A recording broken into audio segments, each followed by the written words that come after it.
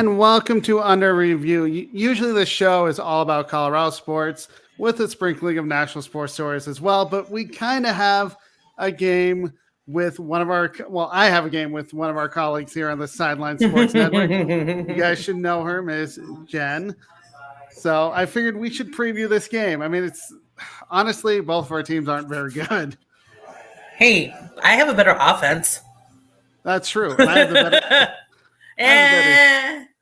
I have the better defense, but under rule, I would agree with that statement. Under Wilkes, I will disagree with that statement. I understand, but anyway, how was your Black Friday? Let's start with that. Did you go out anywhere and do anything? We did, and we went shopping. We went to one store that we found some stuff we really liked, and then as I was standing there, I looked down and I looked at a lady and I go, "Is that the line to check out in here?" And she goes, "Uh-huh." And I go, "We don't need this." I completely understand. Luckily, I skipped all the lines. I ended up watching the U.S. soccer game, which, by the way, they had a draw. They had a couple of chances, and now it's a big game on Tuesday. But other than that, I mean, it was nice here in Western Colorado, so I played some golf, just a relaxing day. But we did buy stuff at the ABC store and at the grocery store. Yeah, there you go.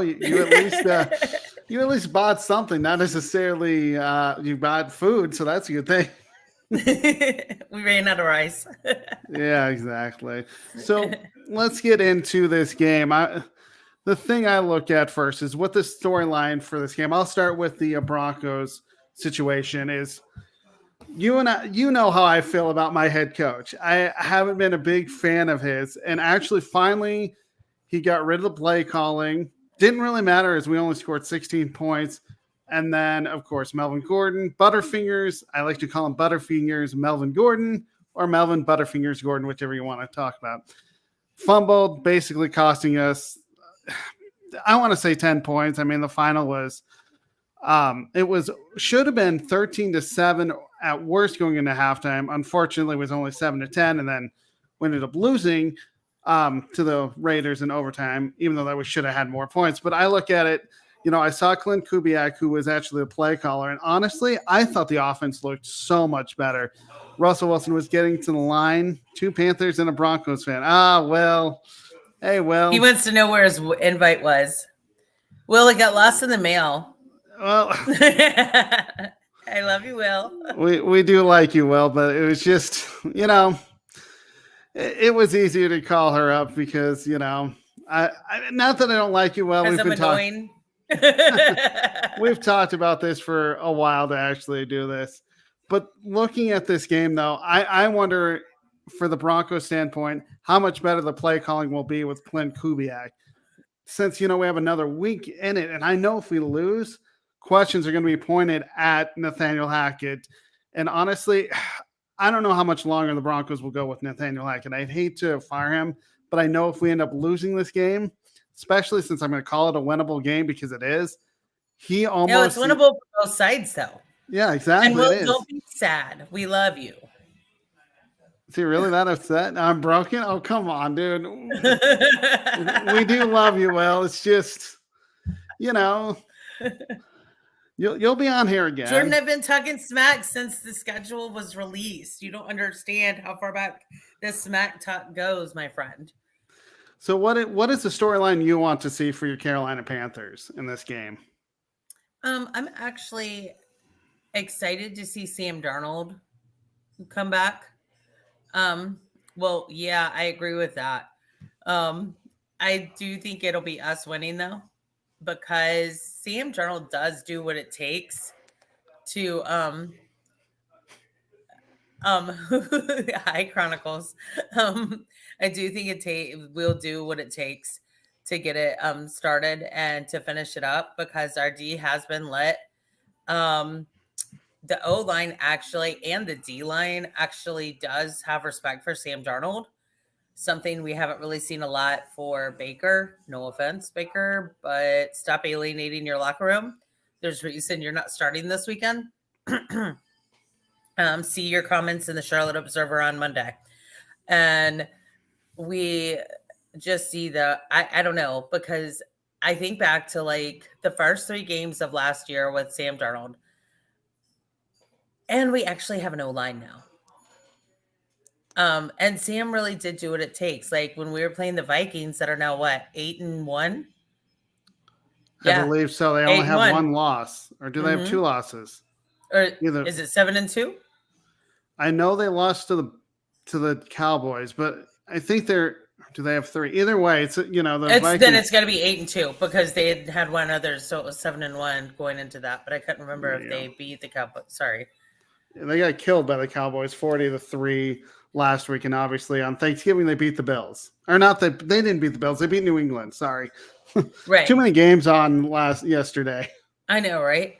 And then I do think that because I think back to our game against Minnesota last year. It was the 4th game of the season for us.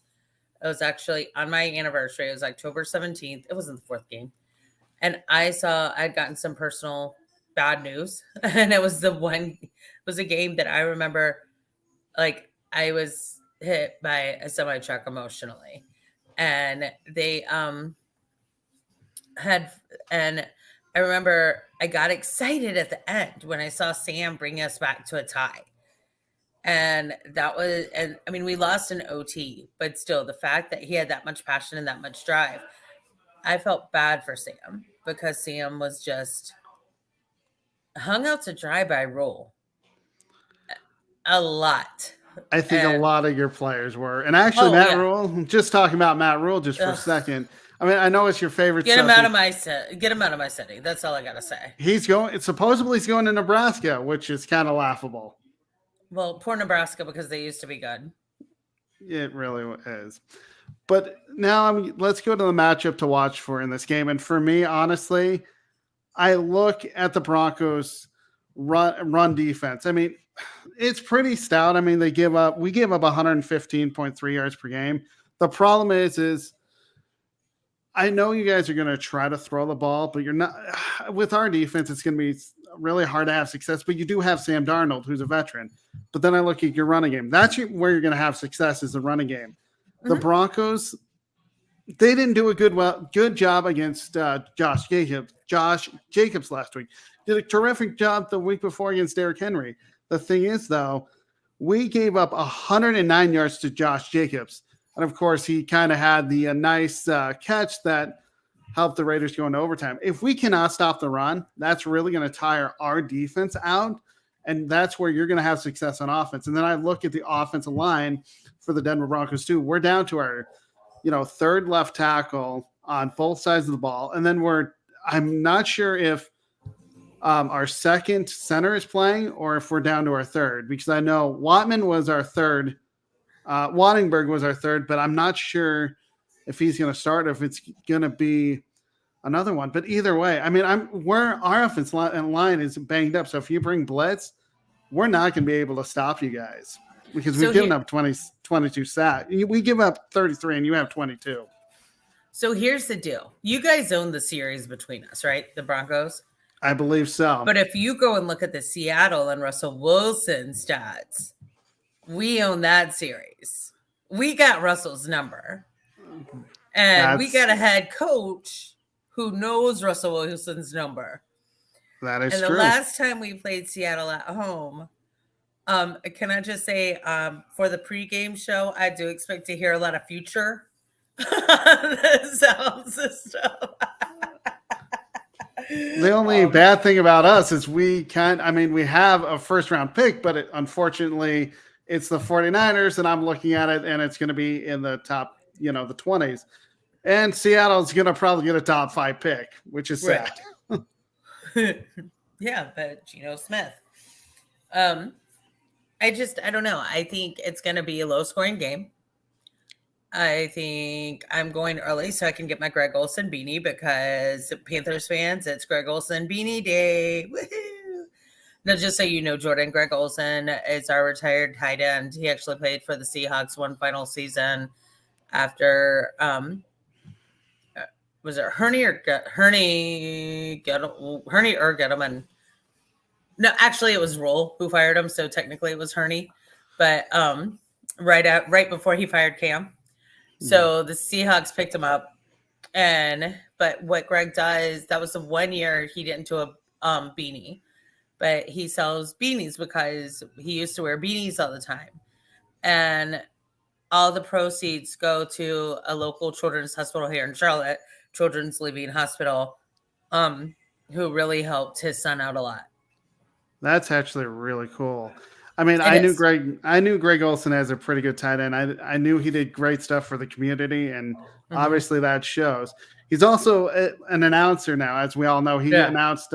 He's one of the best. I actually don't mind him. I mean, him and he's on Fox. I mean, him, Greg Olson, and Mark Schlereth, who's another. He's an analyst, so you got two analysts who's actually played football. And honestly, I'm surprised with Greg Olson because tight ends typically you don't hear their football knowledge, and now you are. I mean, you hear Tony Romo. Of course, Romo was a quarterback, but Greg Olson, I mean, he did his phenomenal job being on. I think he's on the #1 broadcast on Fox now. He loves it. And there's just the story behind. So TJ last year ended up his son had to have one of his kids, but this is the son that he does, who Living Children's Hospital helped, had a heart transplant. And that's why he does all this work for them. So, and earlier this year, he got to meet Aaron Rodgers.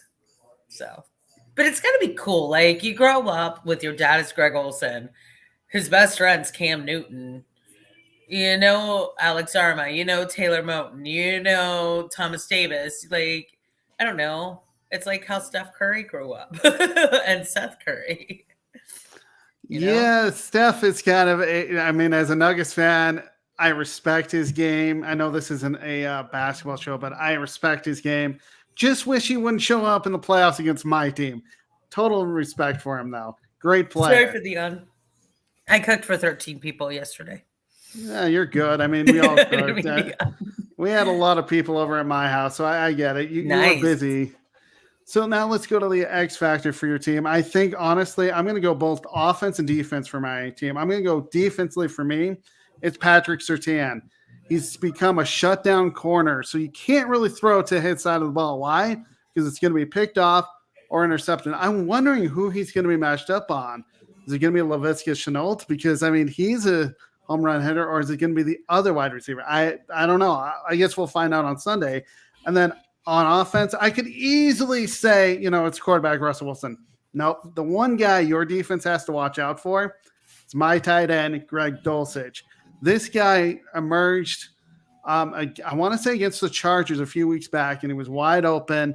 And if we can get him to be more wide open, that's really going to, basically keep your defense off balance, and you're going to have to watch out for this guy. But it all depends on if Russell Wilson's going to have time to throw the football. So for me, my X factor is going to be my kicker. Hey, I could have easily said my punter, and I mean, it is. I mean, he's done a good job. He's our backup kicker. He's done a good job, but he's missed a few easy kicks. That's face facts. He has. I won't say one guy cost us any games because that's not true. And you could, but it's it's a team game. It's a team game, exactly. And so that's actually more special teams than offense. But on offense, I think you do. I think our X factor, it's a toss up between Shenault and Foreman. And you know how much I love Laviska. I mean, I saw the guy in college. Yeah. I just wish he would have stayed healthy in college. I was really surprised Jacksonville let him go, but hey, it's your game. I know, right? I'll take it. And I mean, he's shown out. He's had several TDs with crazy yardage and several more runs with crazy yardage. I can't quote him all right now. I'm sorry. But I think that I also think the Broncos are going to come in a little too cocky. And on defense, we have one of the better defenses. It's just a matter of, can we get any offense? Yeah, but our defense is pretty solid too. Even under the rule era, it's been pretty solid. Now, your defense is better. I will say that, but under the Wilkes for this season entirely, under the Wilkes era of this season, our defense is up there. It's I mean, definitely we were the team every team wanted to play. Now we're the team every team is like, oh, crap. Are we going to win or lose? I really do see this as a defensive battle, and we'll get that into our predictions. And I do think special teams is definitely going to play a part of it. Mm-hmm. But I mean, if I look at the special teams battle, I think the Broncos have the edge in the kicker, but we don't have it in the punter. I think you guys have the edge there. I'll agree with that. I think also defensively, JC's back. So don't mess with Mr. Horn. And Shaq Thompson really loves sacking Russell.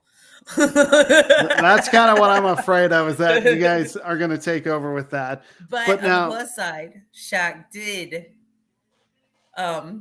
always takes him down, because that's how Thomas Davis kind of taught him to, with care. So there's no permanent damage. Fair enough. So the Broncos win F. For me, it's if we have sustained drives and take time off the clock. Too many times last week, we didn't move we were effective at least in the first half, moving the chains. And unfortunately, we're a first half team. We only scored 10 points and got in the second half 6 points, but too many punts. We have to keep the offense on the field. Like I said, I think Carlos Waitman is going to have a chance to punt, and he has to boom them inside the 20. If I look at the offense, though, again, we have to keep Russell Wilson upright. Sacks are really going to turn in this game, especially as we've determined it's going to be a low-scoring game. How do you flip field position? Sacks. We both know this. So I think you just have to do enough on offense to win this football game.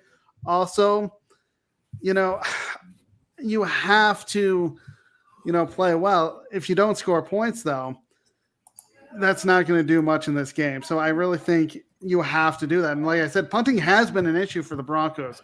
Even if we go 3 and out and we're at the 50 and we want to boom you guys inside the 20, we're not able to do that. So I think Carlos Waitman has to be the key for the Broncos, getting it inside the 20. So the only way we're going to win this game is sustained drives and special teams. So actually, that's where I was going to go. Okay. So the Broncos win if the special teams show up. Now I'll let you do the Panthers win if. I was going to say special teams too. And Chenault. I think Chenault really is our X factor. I think the special teams is. But our truest X factor is McAdoo. He's been very good at the offensive play calling. Last weekend when we were playing, we kept the Ravens tied until the last 4 minutes of the game. That's a really tough team. And that's actually the opponent the Broncos have to play next. And I was surprised that you guys held Lamar Jackson in check. It's really hard to keep that guy in check. But I thought your defense did an amazing job not allowing him to get outside the pocket. And you have to force him to throw. And he wasn't able to do that. And I'll say this. There's one tackle that I know on the Panthers, or I did know several years ago. And I've watched him play for 4 or 5 years now. I've never once seen him allow a quarterback to get sacked. I saw it last weekend. I don't know what Baker did, but I was like, now there are extenuating circumstances around this particular player, but that's cute, Andrew. I don't think they will. But I think it does come down to special teams. I like that prediction. I do, but you know what? It's such a toss-up game. Will Vogel, I need you to comment again. I don't know if well, that's funny. Well, because we kind of hurt his feelings a little bit. Hi, Mickey. But I do think that the Panthers will pull off the W. You're at home. You've got Sam playing for a reason. Keep in mind, this is Sam's final year here. This is his first game back. He's been practicing for the last 2 or 3 weeks. Plus, you guys just added to your special teams 3-4 days ago. So you've got that little unknown factor. I don't want to say X factor. So let's see how they gel. But I know that Charlotte is doing a major push to get a lot of people in the stadium. So, I don't know. I think it's basically if our offense shows up, that's what's going to be the one. And our special teams, because our special teams have had some amazing moments of brilliance this season, even under Roll. Even under Roll, they had some amazing shining lights. Like I was really surprised when we let our special teams coach because they were like the shining spotlight on our team. Shout out to my main man, Frankie James. Hi, Pete. Great guy. Sorry. You're good. Please look at his show. It's Frank the Tank. He does an amazing job talking. He has a couple of different shows, but he has one that just talks about Philadelphia sports. So please go ahead and watch his show. And I would have, he's watching his Flyers. He's a huge Flyers guy. But getting back to this game, I mean, hi, Pegasus. Love you. I really do feel like it's going to be a low-scoring game. So let's go to our predictions. Of course, I'm going to be biased because I am a Bronco fan. I think if we're going to win, it's going to be one of those 17-14 or 20-14 football games. The Broncos, though, I think we've scored the most is 23 points against the Raiders in a loss. So we really have to – I want to see them get to the 20-point threshold. Can they do that? I have no idea. And if they do, will we win?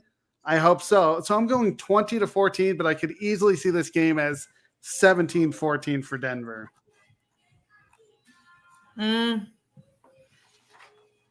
don't know. I don't think Denver can score that high.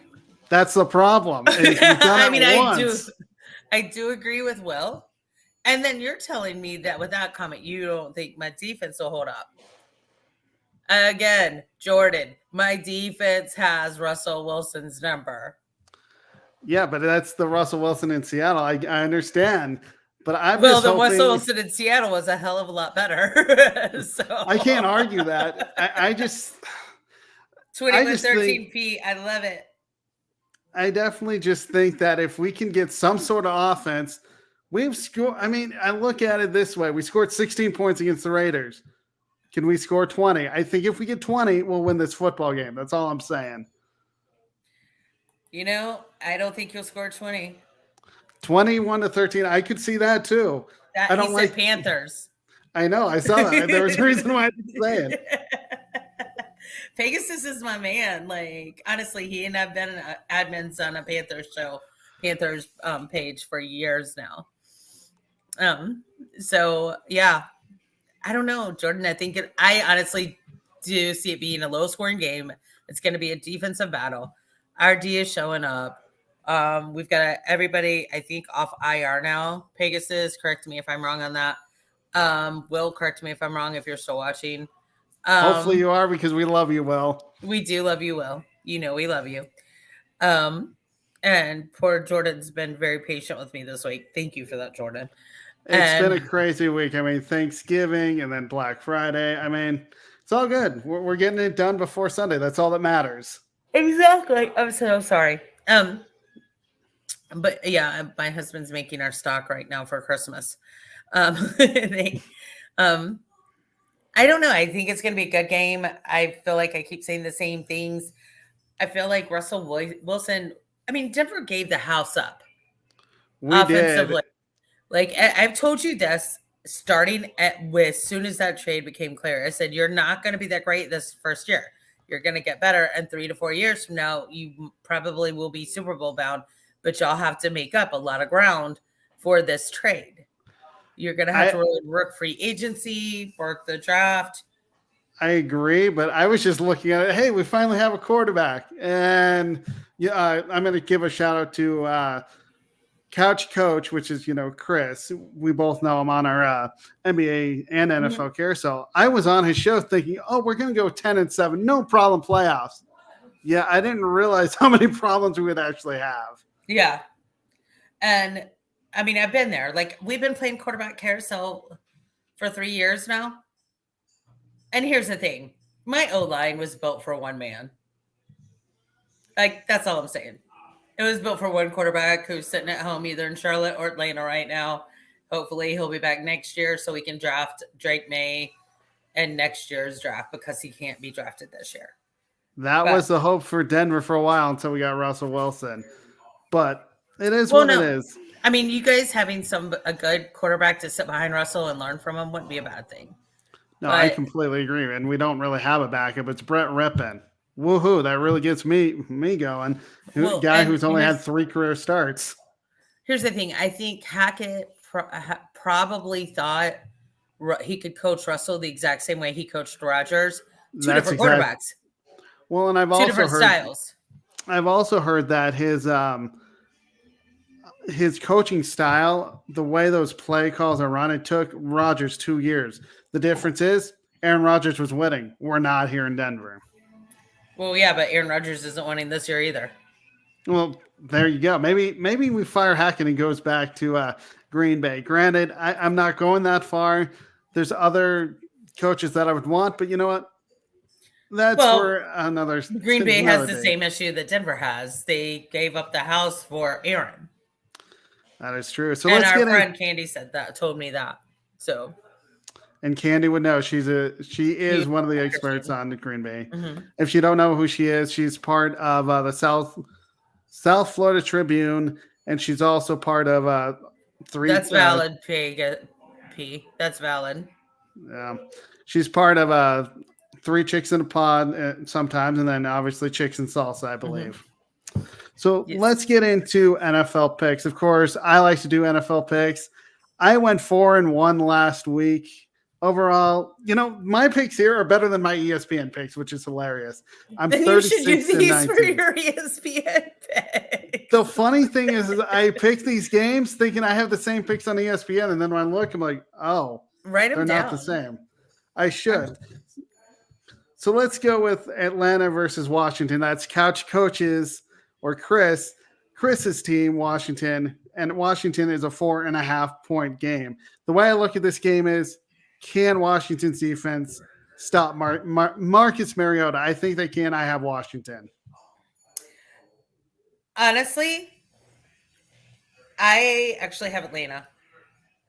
Fair enough. I mean, reason why Atlanta has Ron Rivera's number. That's a good point. Packers versus. You're good. Packers versus Eagles. I have Eagles. I mean, I should say Eagles are a 6.5-point favorite. Eagles need to keep showing me something. They they barely won last week, but I just think against the Packers, they're going to improve. I got the Eagles there. Okay. I'm looking at what I sent you. Yeah, I had Eagles over the Packers too. Easy breezy. Cincinnati versus Tennessee. This is a very interesting matchup. I mean, both teams are playing okay. Cincinnati is a 1.5-point favorite. To me, the key in this football game, especially if I look at Cincinnati's defense, though, is can you stop Derrick Henry? If you can eliminate him from 100 yards, you're going to win this game. I think they will be able to do it, and I trust Joe Burrow more than I trust the Tennessee Titans offense because I don't know if it's who's going to start at quarterback for him. Is it going to be Tannehill or is it going to be Malik Willis? I'm not sure. Either way, I'm still going with Cincinnati. I'm going with Cincinnati too. Arizona versus the LA Chargers. The Chargers are a 3-point favorite. Unfortunately, I get to see the Chargers 2 times a year. Thank you for being in my division. But honestly, I don't see how the Chargers don't win this football game. Me either. This is the hardest one. Our final game. It's a really hard game because I figured out why not throw a curveball at us. It's Pittsburgh versus Indianapolis. Neither team is very good. And Indianapolis is a 2.5-point favorite. We know what Jeff Saturday has meant for the Indianapolis Colts. 2 teams that are struggling. I don't know what you're going to get with Pittsburgh. I know what you're going to get with Indianapolis with Matt Ryan, and I have to go with the Colts. Hey, me too. I'm taking Saturday over Tomlin. I think the talent was always in Indianapolis. I think sometimes the players just need a different voice. And from everything I've ever been told about Jeff Saturday by people who knew him way back when, that he was a leader of men. And that he was one of the most motivational people they had ever met, and that he was super positive. And that was back, at Carolina. That's Plus, a if good you thing ever to watched hear. him as an announcer on, I forgot, was it ESPN or Good Morning Football? He was on ESPN. Okay, sorry, I forgot. I watched both. He was always the most positive one. Like, he never said anything negative about anyone. He would say what needed to be improved on, but it wasn't even Oreo, right? It was not even Oreo. It was, hey, this is what they can do to get better. Here are the positives of this team. Here's, and I think that's just what the staff need. Now, I have a lot of respect for Frank Reich, but look what Matt Ryan's done and that O-line has done. They barely lost last weekend. They actually should have won that game They if you really won. look Yeah, at it. my father-in-law was not a happy camper. Let's see. More comments. What happened happened last Saturday when Saturday lost? I'm not even sure. I think they just moved on. You weren't going to go. It was a bad call. Matt Ryan had a face mask. Something was he was throwing a touchdown pass actually, and the officials blew the call. That's they the lost by thing 1 point. There's been. We criticize officials, I realize, but you look at because most of them suck. Well, look at last night's game with Minnesota and New England. What really is a catch anymore? I saw the guy, lifting it over to the end zone, which honestly changed the complexion of the game. But they said he lost control of the ball. I can see both sides, but I will never lost control. I only saw the replay, and it looked like maybe he lost a little control, but he was also down. That's a hard call. I thought he lost, he reached over the plane though before he lost control. I would argue that point as well that he did, but I don't know. Was it again? I just saw the replay. I'm not sure what it was called on the field necessarily, but it's just frustrating. Granted, you know me, I'm the guy that complains about officials a lot, but at some point we're going to have to figure out what is a catch. They've made it so scientific. It just boggles my mind. But speaking of Jeff Saturday, it was kind of funny last week because Marsh Schlereth, who was a guard who played for the Broncos, was actually doing the Broncos game. They were like, well, granted, this is all, talk on the radio. They were saying, well, if Jeff Saturday had such a great run, he's 1-1. Why not bring Marsh Schlereth from the booth to the sideline in the second half of the Raiders game? I just cracked up because it wouldn't. I love Mark Schlereth, but I don't know how much he really knows about the game. Nathaniel Hackett, coach, thank you. I'll call him Charlotte Bats. Yeah, Rick Curdy. Rick really wants the Broncos to change the name. You can't. I agree with that comment, but I can blame them for bad calls and not being the same. I would completely agree with that. I know it's a different sport. I literally had the same officiating crew give DJ Moore a penalty for taking his helmet off the field of play. And then the very next weekend, the exact same officiating crew did not give Jalen Ramsey a penalty for taking his helmet off on the field of play.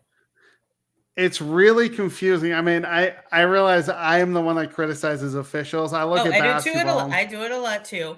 I try not to do it that much, but I do it a lot. When they're egregious, they're egregious. Well, I look at just the NBA, just for instance, with Nikola Jokic, he doesn't get the same calls. It's just frustrating. Yeah, that's true.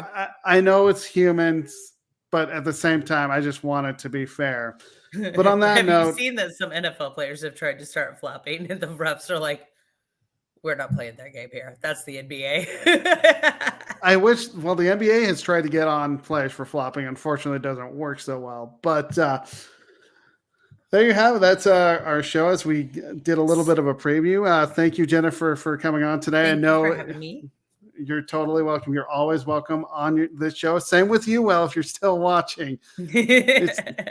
But I appreciate you coming on. I appreciate my patience just because it's been a heck of a weekend with so many things going on, or should I say week? We're barely into the weekend. But tell everybody where they can find you and follow you, Jen. Soon you can find me in my dreams because I'm going to bed soon. That's the odds. But you can find me. I share producing duties during the NFL season with Jay on Basket Bros. But during the off season, I produce it. Then during on that's on Sundays. It's a great basketball show. And our buddy Will Vogel's on there, along with the pundits pundit, Denzel Snipes, and Scott Morganroth, as well as Dom DeLoudmouth DeRubis. We love you, Dom. I mean, Yes, although we I do. apparently called Denzel Snipes some different name on the Cubs show. I don't even remember what I called he gave him. himself new names. I love Denzel. He's funny as heck. Yeah, I would agree. Then in January, you'll be able to find me on the NBA Carousel. I do producing. I may be doing some sharing hosting duties with Megan this season. And I produce that show as well on Confidential during the season. We don't know what time. That's on Tuesday nights. So it's Hopefully not going to be 11 o'clock.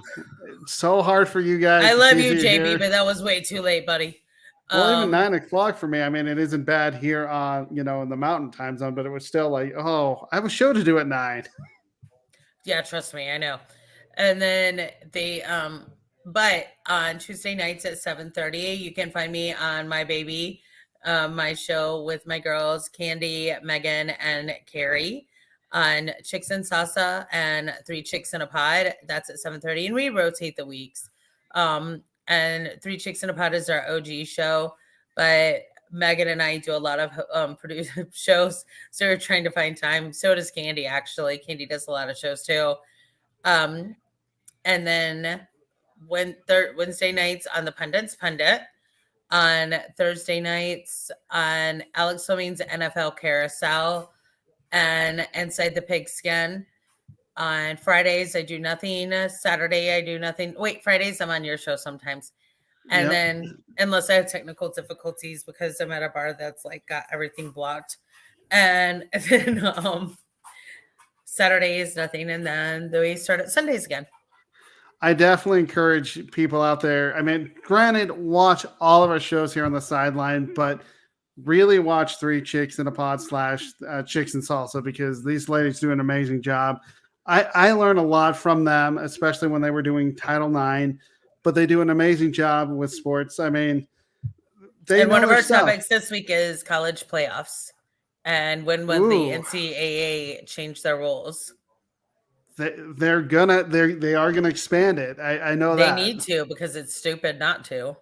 Well, 4 is not enough, but that's an argument for another day. We can discuss that later on. Well, yeah, I mean, I definitely think that 4 is not enough. But as for me, of course, you can find me Mondays during the NBA season on the NBA Carousel. I'm hopefully just going to do the Denver Nuggets. We'll see if I have to do the Phoenix Suns. I'm cool covering both. On Tuesdays, I usually am on 106 Stitches on the South Florida Tribune. Thursdays, Alex Fleming's NFL Carousel, as I am the Denver Broncos guy. Shocker. I know, shocker. And then, of course, I have a blog that I write Mondays through Thursdays with podcasts on Fridays. Unfortunately, I didn't get to do that this week just because it's a crazy week. But it's sports-scoop.com. And, of course, here on the Under Review. And, of course, please subscribe to our YouTube channel so you don't miss any of our programs and shows. But we will see you next time here on Under Review, and hopefully you all have a great thing. You had a great Thanksgiving and a rest of your holiday weekend. And I hope you got great deals on Black Friday shopping. There you go. For Jennifer Matthews Lewis. Yeah, I'm talking too much. Maybe I need a nap too. I think you need a popsicle. Oh, that's true. I do need some sugar. For both of us here on Under Review, and we'll see you next time.